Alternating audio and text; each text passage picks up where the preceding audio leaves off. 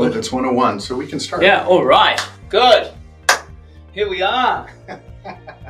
We are in Sheko, going live to Sheko and the rest of Hong Kong. So I'm very, very excited.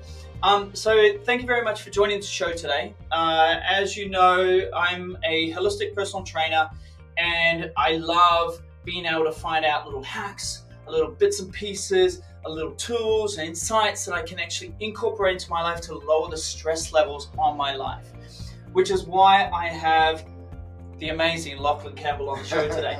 Lachlan is a financial expert. He's going to give you a little bit of details on his past, so that way you get a sort of insight into him. But the reason why I've got him on the show today was because, first of all, he's a dear friend. And secondly, he knows a lot about finance stuff, which I have no idea about. But I realized that, going through COVID and stuff is that, there is a lot of financial stress, not only going on in my life, but a lot of people out there. Yeah. And, your YouTube videos that you've been putting out have been amazing, because if you go to Mad Success on YouTube, you'll find this man. And he has so many different types of videos out there about how to deal with your finances, different things about stocks, different things about bonds and managed funds, and even crypto. So I found it very, very useful, and so that's why I wanted to share it with you guys today. And, like I said, Lachlan is a really good friend of mine, and I'd love you to sort of give us some background on yourself. Sure. And what's your purpose? What's your goals in life? Yeah, thanks. So great to be here, Nate. Thank you. And wonderful to be part of the show. Someone's asking to be accepted to join. I think that's Nina. Welcome, Nina. Great to have you on. Is she being recorded? I don't know. Are you going to be? I'm wondering whether you're being recorded as well. Are you being recorded at the same time? Can you see yourself on there? No. Yeah, you can see yourself on there. Oh, so maybe she's like invited. Oh well, let's keep on going, and I'll work it out. So please. This is what happens when you have a few gray-haired guys trying to sort out modern technology. And bald. So yeah, while you sort that out, my background, I've been in Hong Kong now 26 years. I've spent pretty much my whole career in and around finance. And I started I did my degree in economics in Canada at UBC, and became a chartered accountant. And then I moved out to Hong Kong, and I started as a financial analyst, then I became an investment manager, and then eventually worked into the C-suite, chief operating officer, chief executive of multi-billion-dollar investment companies. But my purpose, you asked about, Nate, is one of the things I've been doing for a long time is helping billionaires become wealthier. And I've been looking for actually several decades at the whole concept of financial education and why we don't have it in our schools. And it's been something that's been bothering me for a long time. So I left work in 2020 and wrote a book, or started writing a book around, financial education, financial well-being, and realized, one of the things that was really important to me in my life is resiliency. And I'm, I've had a lot of failure in my life, failed businesses in the past. I've lost jobs, dealing with parents who have passed away. I've gone through divorce. I went into deep debt in my last business, which was a cupcake business called Baby Cakes. And I've bounced back bigger and better than ever after each of these iterations of my life. And with that, I found, I started thinking about this back in 2017, and was really looking at how is it that I can always bounce back? And what is it about me that I'd like to share with others that are really stuck and struggling in their lives? And three things sort of came out. One is mindset. I have a growth mindset. So I learn from failure and I grow from failure. Two is attitude. How do I take meaning out of life? How do I look at life? What is my attitude around how I live and how I, act and behave in my life, how I react? And then the last is discipline. I've always had, direction in my life. I always have a life plan. I kind of know where I'm going. And then I set discipline in place to be able to try and achieve those goals. And, the achievement takes a circuitous route sometimes, as you know. It's not always a straight line. But so it was this mindset, attitude, discipline, and that makes the word MAD, M-A-D, and that's where I came up for the business. MAD Success was about how you use mindset, attitude, and discipline to create success in your life. Yeah. And so my passion and my purpose is helping others to get unstuck, create a life plan, and to realize that money is just a tool to use to drive where you're going in your life. Once you have a vision on where you want to go, money's not the be all end all. Money's just there to go along for the ride and support you. But without a plan, it's like a map, the old cliche. Well, if you don't know where you are on the map and you don't know where you're going, how do you get anywhere? Well, it's the same in life, with your money, with your life. If you don't have a plan, if you don't have direction, how do you know where you're going? And how do you know where you're coming from if you don't check in regularly and you don't know where you're going? And so my whole mission now is to empower people in their life and using money, using the finance to really empower how they're going to go forward in their lives. So that's a really good point. You mentioned that whole MAD. First of all, I didn't know that in the past, so I'm really happy that I found that out. Yeah. But the thing that you mentioned before is just to know where you are right now. Yeah. And one of the things, when it comes to what I do is creating health and well-being and fitness for people is, first of all, need to work out where they are right now. Because then you get a sort of idea of, okay, well, how good or how bad it is. But the thing is like, how do you find out, do you also work on, where they actually want to go and why they want to achieve it? Because, one of the things is like what I've gotten out of financial benefit is, before it was just about making money. I just want to make money. But that only goes so far before you start to realize, you realize, you can make as much money as you like, or struggle and get frustrated not making money. But why are you trying to make that money in the first place? And you mentioned something before. It's like, it's the tool to get what you want to get. Yeah, and we so often have it in reverse. We think we need to have the money to be able to have the life, and we don't design our life. And so we're constantly trying to see, okay, I need a new job, I need to get more money, but we actually don't have a plan.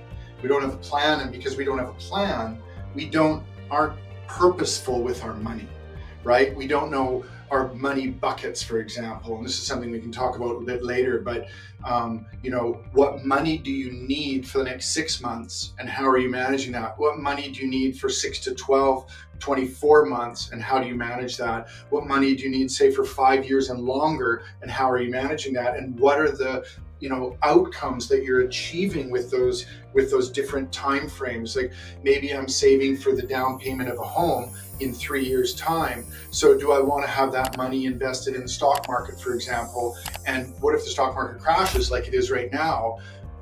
I may have to, it might take me 5 or 6 years then to recover those losses to finally get that down payment. So it's looking at that. But to your question though, and your point, it's around the fact that so many people are always trying to keep up with the Joneses, that it's always about the money, not actually having a clear life plan and saying, okay, well, here's my objective in 3 to 5 years, here's my objective over 10 years and beyond, and then creating money buckets for that and saving and investing carefully and strategically for the plan.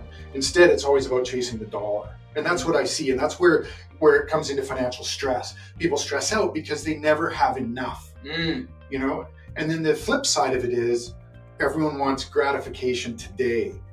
Everyone wants to spend today and enjoy today, the new car, the new house, the new clothing, the new purse, the trip, and all that. And they don't have plans for the future, so they don't think about the future and they don't save and invest for the future. So it's all about today's consumption. It's like that whole, what do they call it? Like a shopping therapy, or you go shopping, it's like, oh, that instant gratification, isn't that? Yeah, the dopamine hit. Yeah, like what we get from social media, and all the swipes and all the things we do. Exactly. So I'm sort of getting a little bit of touch on this. So what do you mean by financial well-being? Because we had this conversation before, sure, and and how was that achieved? Yeah, thank you. So financial well-being is really 4 components as I look at it. One is, where am I today? What do I have control over my money today, right? Also, so that's point number one, is how am I managing my day-to-day life? And that's, what income I have, what I'm, spending on my needs and my wants. Am I living below my means, right? Meaning, is my spending each month less than my income so that I have money left over for investing and saving?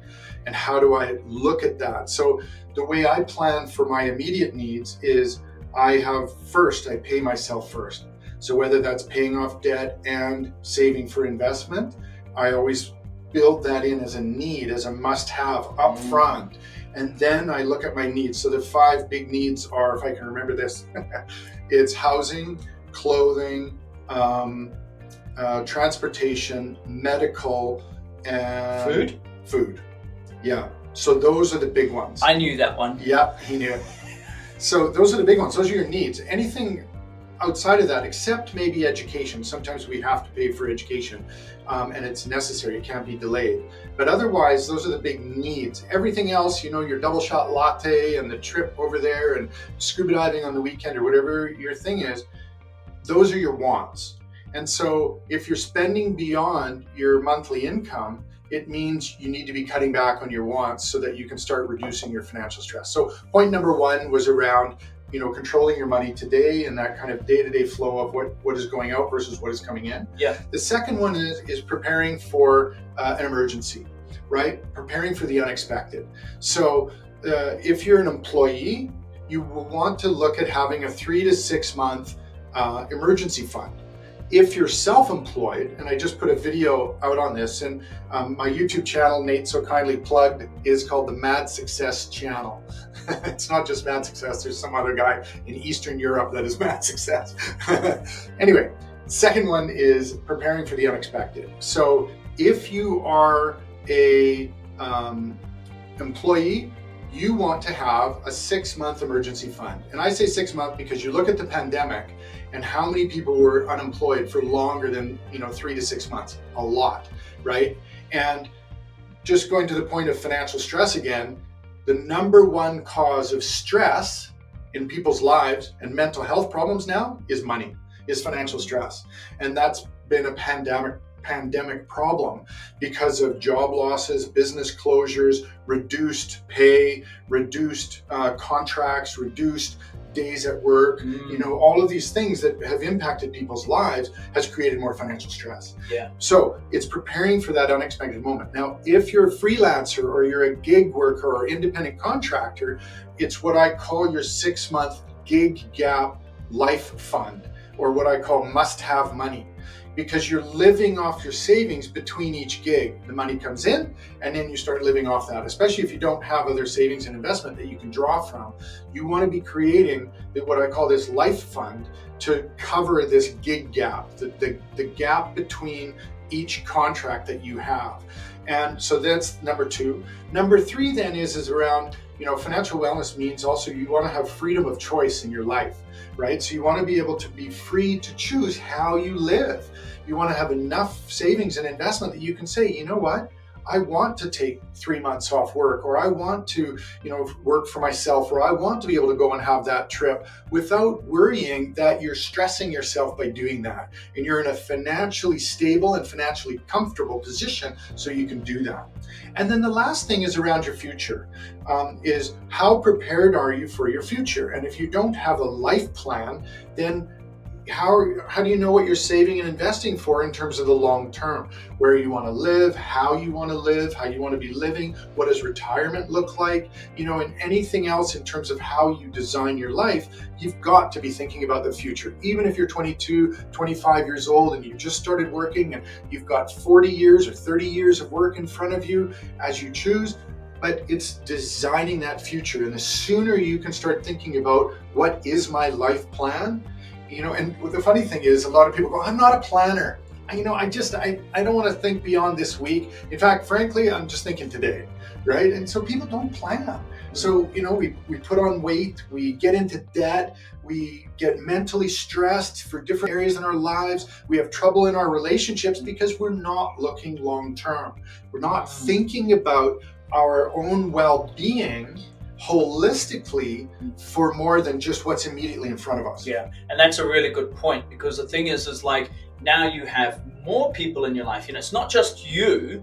You've got the other people around. Your wife, your kids. Yeah. One thing that I did like this year, we at the beginning of this year, I watched this thing on YouTube, and it was one of Tony Robbins' little bits and pieces, and it was saying, I want you to reflect on my last year. So what we did is we went through all of our phones and we went through all the photos from last year, and that led into, okay, what's your goals, Nina? What's your goals, Benji? What's your goals, Jade? What's my goals? And we put it all on a mind map, and we all did it up, and we made a little bit of a list. That's great. And it just empowered me. And like I was talking to you before, is every morning I get up in the morning and I practice my what I call the miracle morning, and I read my affirmations for the year. Hal Elrod. Yeah, he's awesome. And he presents it in a way that because we have this mind, we have this monkey mind. Yeah. Right. Short-term, long-term memory. Yeah. So what happens is our long-term goes, here's your list of goals that you set out on the January 1st. How many times do you actually read it? Right. But with this miracle morning, I read it every morning. It gets me present to what I made a promise on January 1st. Yeah. And it just empowers me for my day. It sets me up really, really powerfully. So, do you have any sort of like, obviously we're the primary causes of financial stress is obviously we're not planning, we're not setting out goals, we're not looking to, maybe we have set out long-term goals, but we haven't really set up those short-term goals to be able to get there. Yeah, correct. But so what are the other primary causes of financial stress that you see with your clients and in your own life? Yeah. So there's really two parts to that. I know you've asked me, how do I look at the primary causes of financial stress? But I also want to address the issue around purpose. Because if you're just going through the motions in life and you don't have what I call the life plan, and you don't have a purpose as to why you're doing what you're doing, right? If you don't know why you're doing it, and if you don't have a purpose for doing it, how are you motivated? Like, how are you living a fulfilled life if you don't know what your purpose is and you don't know your why? Right? Like for me, I so want to give back and help people become unstuck in their lives and realize that money's just a tool, and how to use that tool to really drive what their life plan is and really help impact their direction, right? And so, you touch on such a great point. Like, if you don't have a purpose and you haven't figured out, your why and why you're doing what you're doing, whether it's for the short term or it's a medium term or a long term goal or outcome, boy, how do you know how to go anywhere? How do you know how to live every day other than just for, right? Just on that perpetual, treadmill. Just this perpetual treadmill.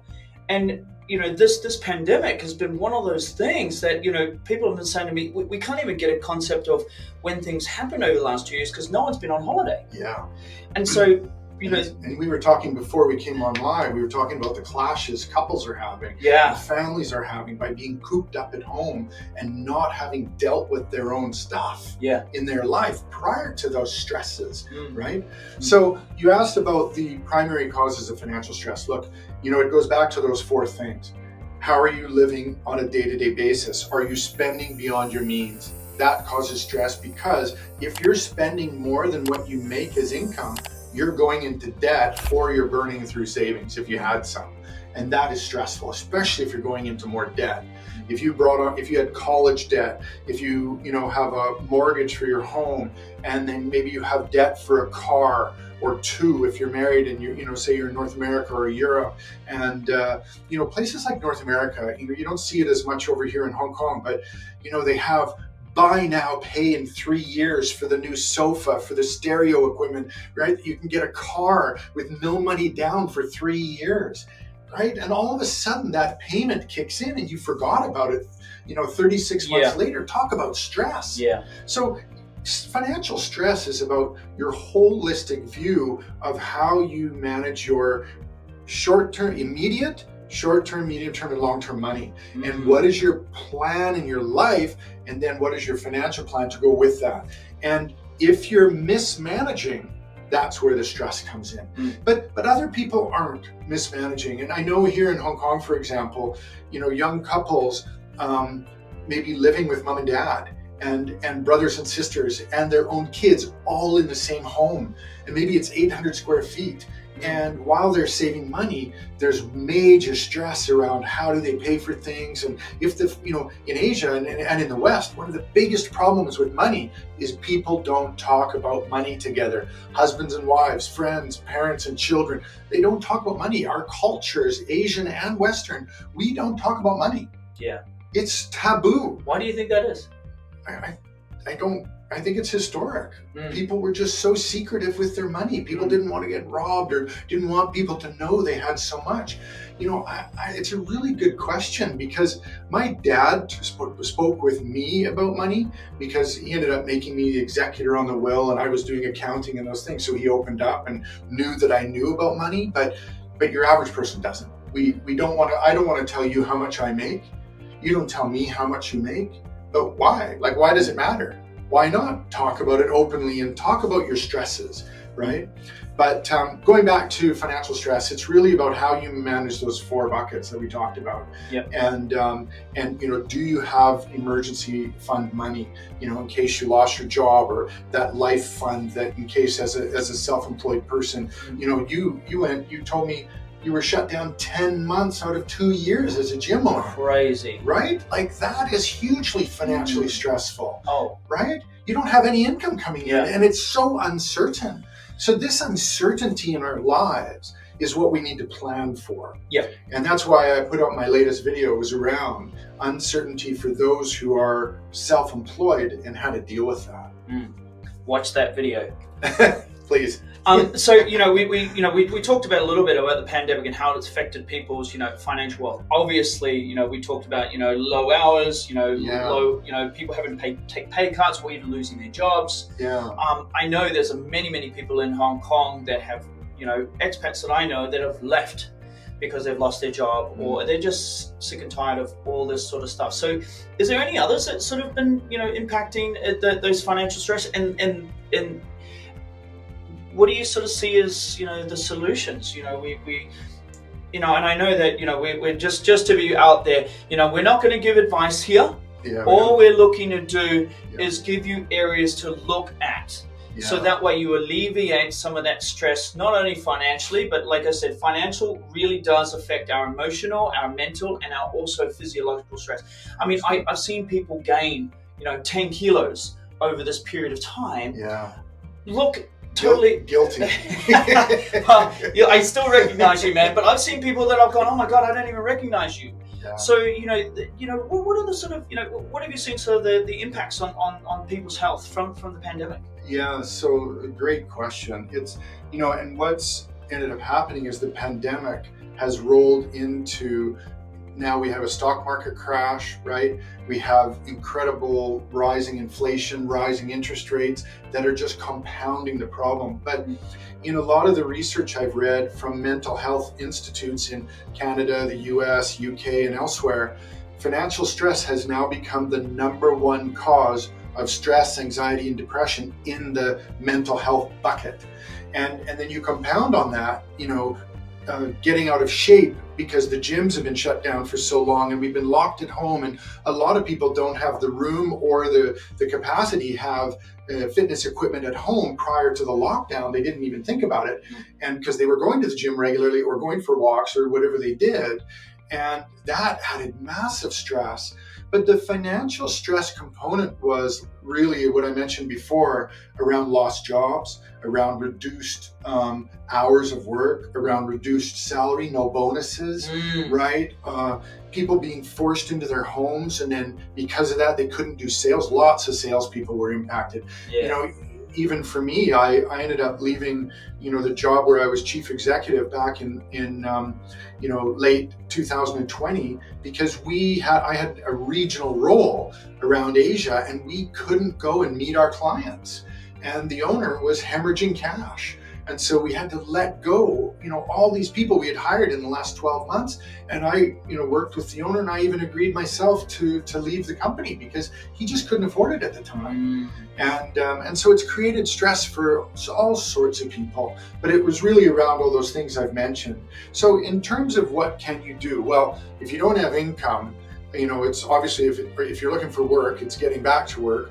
But in the interim, what can you do in terms of taking on side gigs, right? So for me, with Mad Success, I have multiple streams of income, right? Or at least I'm working on that. Yeah. So I left, and as part of what I want to do, I took a professional coaching program. So I become a professional coach.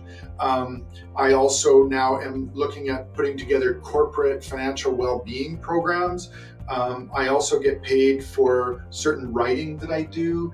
I'm also trying to monetize my YouTube channel. And there's just different ways by which I can, I'm very interested in lecturing in some of the universities in town, maybe doing some programs for kids.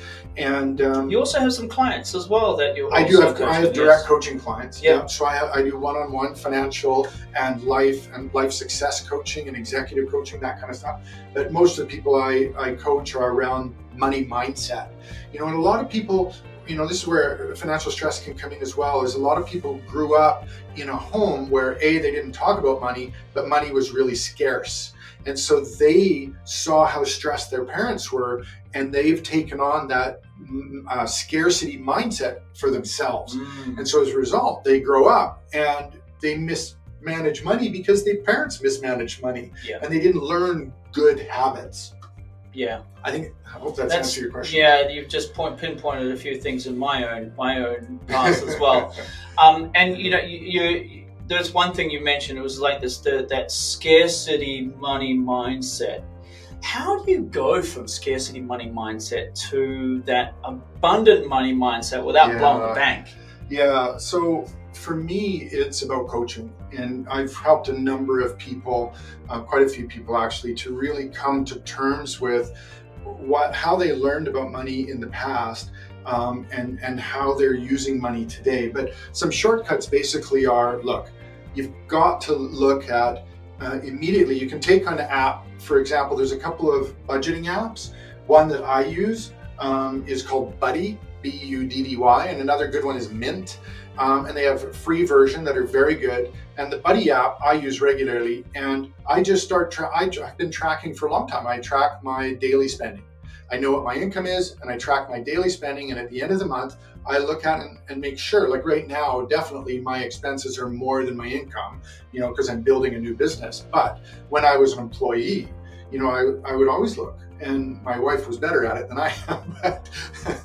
But I would look at, what am I spending on? What is unnecessary spending? What was kind of knee-jerk? Oh, there's a sale on YouTube or on Amazon, and I go buy stuff, right? So what was the unnecessary spending? These things that you just react and go, okay, I'd love that. And then it's really tracking what your needs spending are. So because I left full-time work, I cut my rent by 70%. Wow. So I moved from a really expensive neighborhood out to a village where we are today by the sea, and I've cut my rent by 70%. Wow. Because I knew I was burning cash unnecessarily to some landlord over there, and I could pay way less over here. And so that's really reduced my financial stress by looking at my needs spending. So what am I spending on food? What am I spending on rent? What am I spending on transportation? What am I spending on medical? What am I, and how can I cut those down, let alone eliminating a lot of the wants that I used to spend on, like going out to expensive restaurants. I just don't do that anymore, right? We just don't. I can't afford it right now because I'm burning through cash. And so it's looking at how can you cut back so that you can then get ahead. And that's really the most immediate thing. And then it's starting to save and have a plan for, that emergency bucket. And then also looking at how do you save for, say, 6 to 24 month goals and then long-term goals, and putting a plan in place for that. Wow, that's a great start for many, is just being able to look at what your wants and needs are. This is where the discipline comes in. Yeah. Right? In MAD, the D of MAD is discipline. Yeah. And it's having a plan, but having discipline then towards your plan. Yeah, no, that's true. So, so I've learned quite a bit about learning about how to reduce that. What do we do now that we've built up that emergency pack? Emergency pack. Where do we go there? What happens next? So how do you invest? Yeah, is basically the next question. So again, I'm no longer licensed. I cannot give financial advice, but I can tell you kind of how to set up these buckets. So typically I have 0 to 6 months is what I would call your immediate need money. So if you're employed and you go into an emergency of some kind and you need that money right away and you don't know when, you don't invest that money. Yes, I know inflation's going up 8%, 9%, 10%, depending where you are in the world. And people will say, well, the purchasing power of that money is being eroded with inflation. I go, yes, of course it is. But if you're worried about that, then at the end of the year, figure out what was the inflation for the year and add that amount of inflation onto your emergency fund so that you're matching your purchasing power over time, right? So if your emergency fund was $5,000 US, boom, inflation was 10% this year, you add $500 at the end of the year, now you have $5,500. So your purchasing power keeps up, but you don't invest that money because as we saw with the stock market going down 20, 30, 40% or more, depending on where you'd put your money, or if you're in crypto, maybe it's down 70%, right? If you put your emergency fund money into these volatile markets, right now you're in tears. Yeah. You don't have that money if you lost your job in the pandemic. Yeah. Right? High risk. Why? So don't do that with immediate term money. Then I have what's called kind of short term money to medium term, which is 6 to 24 months. That money can be put into interest bearing things like interest bearing financial products. So things like a money market fund that doesn't really move up and down in price. So you want to put your money into something that you can earn maybe 3, 4, 5% if you can get it. Maybe you lock it in for 12 months or 18 months because you don't need that money right away, but you get a little bit of interest to offset the inflation. But again, you're not putting it in the markets for risk of that money you had it, say you were paying for someone's university tuition in 12 months from now or 24 months from now. If you put it in the stock market, then you don't have that money. Then you're taking on debt, right? To fill that gap. So you just try and earn some interest on it, keep it safe. Then anything beyond that is really starts getting into kind of long-term money, and depending on your age and so on. But for most people that are working, you can put that into the stock market. And the other point is, if you were in the stock market and you sold off during this crash because you panicked, please start investing back into the market. The market is on sale. It really is. Could it go down further? Absolutely. But what you want to start doing is, let's say you had $10,000 and you pulled it all out and you've lost some money. Okay, now you're panicking. You're going, okay, it's still down. We can't time the market. We don't know if it's going to go down another 10% or by the end of the year it's up 10%. We don't know. So you take your $10,000 and maybe you invest $1,000 a month for the next 10 months. And you dollar cost average, or $1,500 for the next, say, 6 months, or $2,000 for the next 5 months. But you layer it back into the market and you dollar cost average whatever. If the market's going down, fine. You just say, okay, on the 15th of each month or the 1st of each month or the 7th, whatever, you're going to invest regularly. Or you do it weekly and you spread it out and you just be more active that way. But for most people, I really, if you have zero interest in looking at the markets and you don't want to study about companies and you don't care about economics and you just want to protect your money, then invest it for the long term. Put it into funds, index funds of some kind. If you're in the States, it's like the S&P 500 or the Russell 2000 and different funds. If you're in Europe, there's different funds, UK, Australia, they're all different. But you invest in index funds, you can invest in a world fund, but you invest in funds where you put your money, have it diversified across a few different funds, and leave it for the long term. And just sleep at night. And every month while you're working, you're earning money, you put more and more money in for the long term, or you put it into interest bearing if it's more short, medium term, or you keep it in cash if it's for real immediate term, if you're building up your emergency fund or your life fund, what have you. Right. So what I'm hearing is like, get those basics down first. Make sure your rent's covered, your food and all the medical and bits and pieces. And bring those costs down if you can. Bring the cost down, and then look at the emergency And then once you've got that emergency, then you can start looking at where you can actually make money. So you can actually just what spread are it your over. money buckets? Money right? buckets. Maybe you're saving for your kids' future education. Maybe you're saving for a wedding. Maybe you're saving for a trip or a new car or a down payment on a home. But when?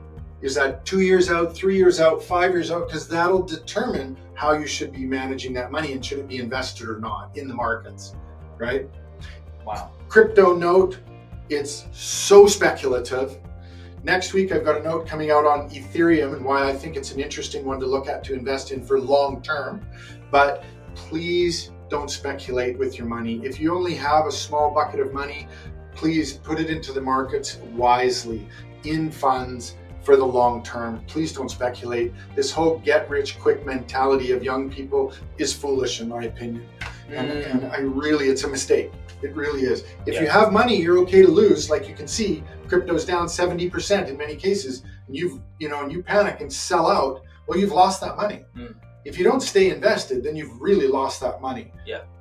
But if you're buying super speculative, Bitcoin and Ethereum, some of these big name crypto are speculative, but at least probably they'll come back over time because of the institutional interest in them. But when you start getting into Dogecoin and all these other ones, Pizza Hut coin or whatever the heck they're called, like, hey, you're just asking for trouble. You're just asking for trouble. So Pizza Hut. No. Look after your money, be wise with your money, invest wisely for the long term. Wow. Mate, that was awesome. Thank you so much. Thank you so much. I really got for myself just the value of putting something away for an emergency. Yeah, it's really important. And for me, that's the first thing that I want to start working on is that emergency part. And then, I'd love to be able to keep talking to you and researching you. But, if any of, my community want to reach out to you and find you, how would they find you? Oh, thanks. So madsuccess.com is the website. YouTube channel is Mad Success Channel. Ask at madsuccess.com. You can email me directly if you want some coaching or you just want to talk about your money situation. If you're corporate and you're looking for financial wellness programs, happy to talk with you about that. And I'm on Instagram, mad.success, and I'm on Facebook, Mad Success. Thanks. That's awesome, Nate. I appreciate it. Thank you so much.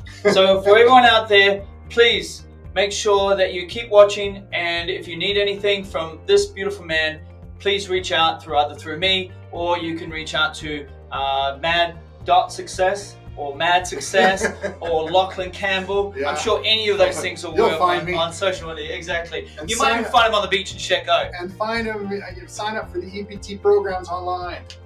Get healthy. Beautiful. That's it. Let's come back. Let's do this. Thanks, everybody. Thanks, man. Yeah, man. Bye. Bye.